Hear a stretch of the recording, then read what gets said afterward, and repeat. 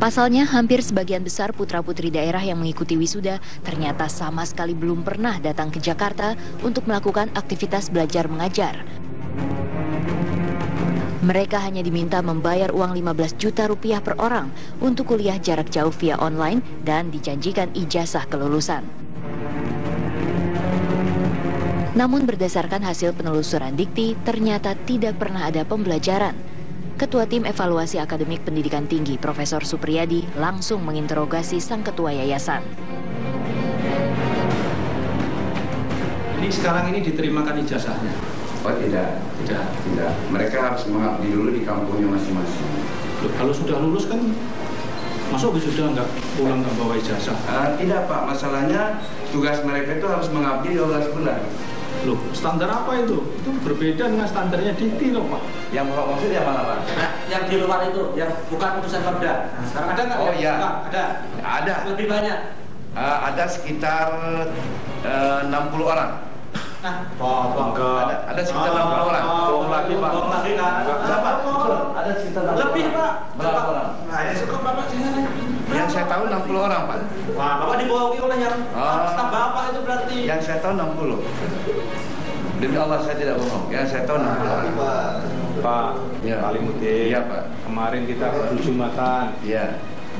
Satu, Iya. wisuda Bapak ini ilegal. Pesertanya juga ilegal, Pak. Iya.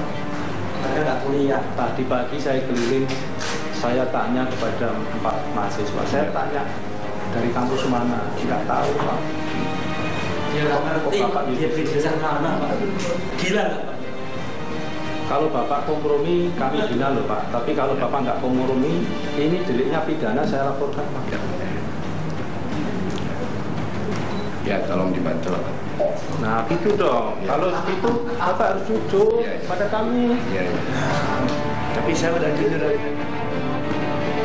Setidaknya ada 4 nama perguruan tinggi yang terdaftar di bawah yayasan itu, yakni STKIP Suluh Bangsa, STT Telematika, STIT Tangerang Raya, dan STTE Ganesha.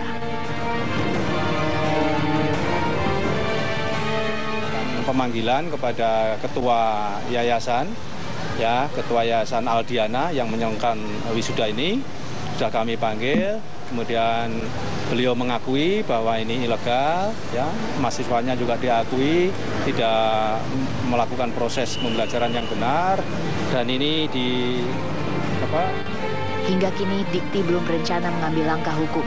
Kasus wisuda abal-abal ini diselesaikan melalui perjanjian yang menyatakan yayasan akan mengembalikan uang kuliah mahasiswa dan tentunya tidak memberi ijazah apapun. Dari Jakarta, Astrid Bensiana, Aliansyah, TV One mengabarkan.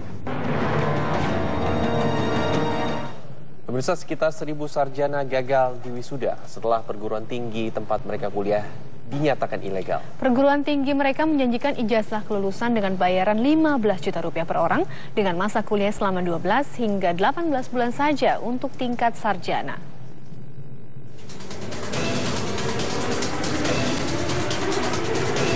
kami mendapati ada wisuda yang ilegal.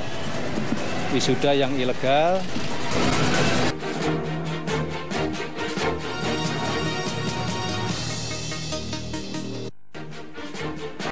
Sebanyak 1.300 calon sarjana memadati acara kelulusan yang digelar di Universitas Terbuka Convention Center Jakarta pada Sabtu pagi.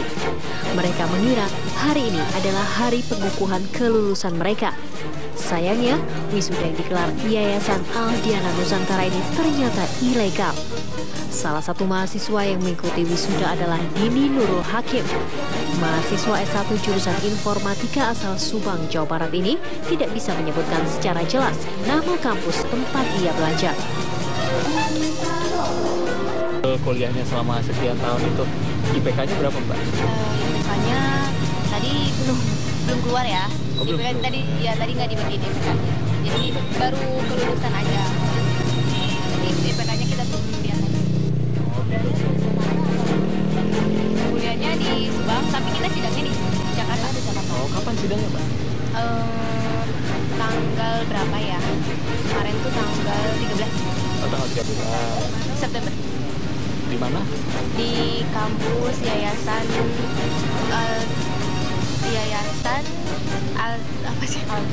Aldia Nusantara.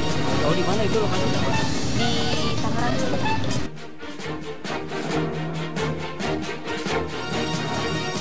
Saat ditanya mata kuliah apa yang menjadi favoritnya, Dini tampak kebingungan. Ia tidak bisa dengan jelas menyebutkan mata kuliah yang dipelajari. Yang baik itu apa sih? Banyak. Ya, favorit yang baik. Aduh, banyak sekali. Favorit pasti ada kan Mbak, 1 atau 2 gitu? Ada e-commerce kan, banyak pokoknya. E-commerce itu tentang apa Mbak? Tentang website, tentang web kayak gitu. Aduh, malu.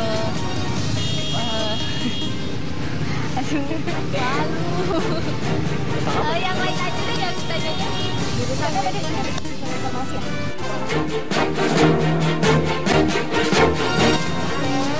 Pelaksanaan wisuda abal-abal ini berdasarkan pantauan dari Kementerian Riset, Teknologi, dan Perguruan Tinggi sudah berlangsung selama 3 tahun.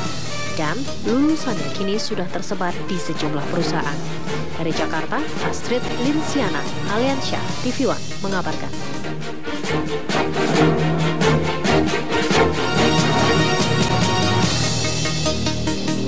Favoritnya apa? Kita waktu itu di komunikasi soalnya, jadi interpersonal communication dan semuanya. Rasanya lucu ya, agak tidak masuk akal ketika kuliah, tapi tidak tahu mata kuliah apa yang favoritnya. 1.300 orang gitu ya, nanti akan dievaluasi, sudah 3 tahun dan tersebar di berbagai perusahaan. Ya, kita ke kabar lainnya pemirsa, 2 warga Indonesia yang sempat disandera kelompok bersenjata di Papua. 300 orang yang ikut dalam wisuda ilegal. Ini memang benar apakah seperti yang dikatakan oleh Ketua Dikti bahwa sudah menjadi incaran dari kementerian, begitu ada mafia-mafia seperti ini kabarnya? Ya, terima kasih Mbak. Ini kalau saya lihat, ini perkembangannya kan sudah lama ya, saya amati. Sehingga pada saat itu saya ingin mengecek terus, perkembangan terus-menerus apa yang terjadi di lapangan. Nah, tim Dikti itu selalu saya suruh untuk aktif terus di mana saja yang ada perguruan tinggi yang melakukan transaksi jual beli ijazah. Dan pada tanggal 19 hari Sabtu kemarin, tim telah melaporkan kepada saya. Saya sudah bilang itu dilanjutkan saja sehingga sesuai dengan prosedur yang telah saya tetapkan itu. Jadi kalau memang terjadi semacam itu ya perguruan tinggi segera harus diberikan sanksi yang berat itu. Baik. Pak Menteri, kemudian dari temuan kasus ya, Yayasan Aldina Nusantara ini Pak, apa pelanggaran yang Anda temukan dalam kasus ini Pak? Pelanggaran yang saya temukan di dalamnya adalah 1, dia tidak melakukan proses pembelajaran yang baik, yang benar. Ya, tidak melakukan proses pembelajaran yang benar. Dia adalah buka cabang di mana-mana. Dalam hal ini standar layanan minimum untuk pendidikan tinggi tidak terpenuhi dengan baik. Tidak terpenuhi standarnya yang harus kita inginkan sesuai dengan aturan yang ada di Kementerian Riset dan Dikti. Untuk itu, kalau memang terjadi semacam itu, berarti wisuda yang dilakukan adalah wisuda abal-abal. Itu apa? Jadi kalau itu wisuda abal-abal, tim kami juga saya minta untuk menindaklanjuti terus, sampai nanti laporan kepada kami secara tertulis pada hari Senin dan Selasa nanti saya akan tindaklanjuti hal itu. Pak Menteri, apakah juga termasuk pelanggaran ketika masa mendapatkan jenjang strata 1 dalam jangka waktu 12 hingga 18 bulan? Itu termasuk ya Pak? Itu iya termasuk hal itu yang tidak mungkin bisa dilakukan. Saya mau tanya kepada Mbak, sekarang kalau kuliah hanya 18 bulan dan SKS yang harus ditempuh katakan minimal 144 SKS, bagaimana dia belajarnya? Baik. Nggak mungkin itu terjadi. Pak, kemudian oleh karena itu inilah yang harus kita tindak betul. Baik Pak, ini tahun ini saja ada sekitar 1.300 wisuda wisudawan yang hadir di acara wisuda tersebut. Ini sudah berlangsung 3 tahun begitu dan sudah menyebar ke berbagai perusahaan bekerja Pak. Kemudian apa yang terjadi dengan para informasi yang masuk? Baik, kemudian bagaimana nantinya terkait dengan para wisudawan ini? Apakah akan ditarik begitu Pak status mereka, strata satunya? Ya, ini sesuai dengan pernyataan dari yayasan. Dia sanggup tidak pada presiden menyatakan ijazah tidak dibagikan, itu pertama. Yang kedua, dia akan mengembalikan semua biaya yang telah dikeluarkan oleh wisudawan itu yang dianggap melanggar tadi. Yang ketiga, dia akan mengikuti peraturan. Kami nggak ikut itu. Kalau memang sudah ada pelanggaran semacam ini harus diproses ke hukum. Baik, Pak Menteri, kami juga sudah berusaha untuk menghubungi pihak yayasan kampus berulang kali kami coba menghubungi, menelpon, tapi belum ada respon hingga saat ini. Tapi yang menjadi pertanyaan, kalau dari penyelidikan informasi dari pihak kementerian, orang-orang atau mahasiswa yang berencana untuk mengikuti wisuda atau taruhlah perkuliahan ini, mereka menemukan yayasan ini seperti apa? Apakah ada memiliki gedung khusus, mendaftar, kemudian langsung wisuda, atau cara berkomunikasi seperti apa, Pak? Nah, data yang kami terima berdasarkan laporan dari tim, dia itu kan berada di daerah. Ada yang di Garut, ada yang di luar Jawa, apakah di Maluku, ada yang di Sulawesi, ada yang tempat-tempat lain. Pendaftarannya ada di tempat situ, sehingga dia tidak tahu persis kondisi kampus yang sesungguhnya, dan itu dijalankan secara masif, sehingga inilah yang harus kita tegakkan ini. Jangan sampai ada proses pembelajaran yang nggak benar. Kalau memang terjadi semacam ini, berarti ini pelanggaran terhadap Undang-Undang 12 tahun 2012. Ini yang harus kita bersihkan di negeri ini, sehingga supaya marwah pendidikan tinggi di Indonesia itu makin menjadi baik. Tidak seperti sekarang ini yang harus terjadi kayak seperti itu. Baik, Pak Menteri, kemudian nanti pertanyaannya adalah apakah cara-cara pembelajaran jarak jauh begini, Pak, dimungkinkan gitu dalam menempuh pendidikan strata 1? Tapi dijawab sebentar lagi, Pak, begitu ya. Kami akan kembali dengan Pak Muhammad Nasir, Pak Menteri. Ya. Baik, Pak Menteri, pertanyaan begini, Pak. Ini adalah yayasan ini menerapkan pola pembelajaran jarak jauh, begitu, Pak, yang diklaim bahwa hanya sesekali saja begitu melakukan pertemuan tatap muka, begitu. Apa perbedaannya, Pak, pembelajaran jarak jauh yang dilakukan oleh yayasan ini dengan pembelajaran yang dilakukan oleh misalnya universitas terbuka, begitu, Pak, ya sama-sama jarak jauh? Apa kesalahannya di sini, Pak? Oke, terima kasih. Kalau kita lihat di UT, Universitas Terbuka, itu di dalam proses pembelajarannya sebelum dia melakukan, itu diaudit dulu. Pertama, sistem informasinya, teknologi informasinya, referensi yang digunakan, dan metode pembelajarannya itu sudah diaudit. Menurut Kementerian Ristek dan Dikti pada saat itu telah sesuai dengan standar yang telah ditetapkan. Sehingga UT diberi hak untuk bisa menyelenggarakan proses pembelajaran dengan jarak jauh, dengan daring. Oleh karena itu, UT bisa melakukan penerimaan mahasiswa baru di mana saja, seluruh Indonesia, bahkan seluruh dunia, ini diizinkan. Namun, ada perguruan tinggi lain yang menyelenggarakan tidak pernah menginformasikan, melaporkan metode dan sistem pembelajaran yang ada di tempat itu. Sehingga itulah yang dianggap penipuan itu. Oleh karena itu, kalau memang terjadi penipuan, maka pemerintah segera menertibkan model-model yang tidak jelas semacam ini. Kalau memang ingin melakukan dengan model daring, harus masuk dulu. Kami audit, kami tes dulu sistem informasinya, teknologi informasinya, dan metode pembelajaran seperti apa. Nanti kalau sudah sesuai boleh kami bisa menindaklanjuti, tetapi kalau nggak sesuai janganlah. Itu akan merugikan masyarakat itu. Pak Menteri, bicara soal penipuan, ini pihak yayasan sudah berjanji akan mengembalikan uang yang disetorkan oleh mahasiswanya, kemudian tidak akan menyerahkan ijazah yang dikeluarkan oleh pihak yayasan. Sejauh mana kemudian kementerian akan mengawal proses ini benar-benar direalisasikan oleh pihak yayasan?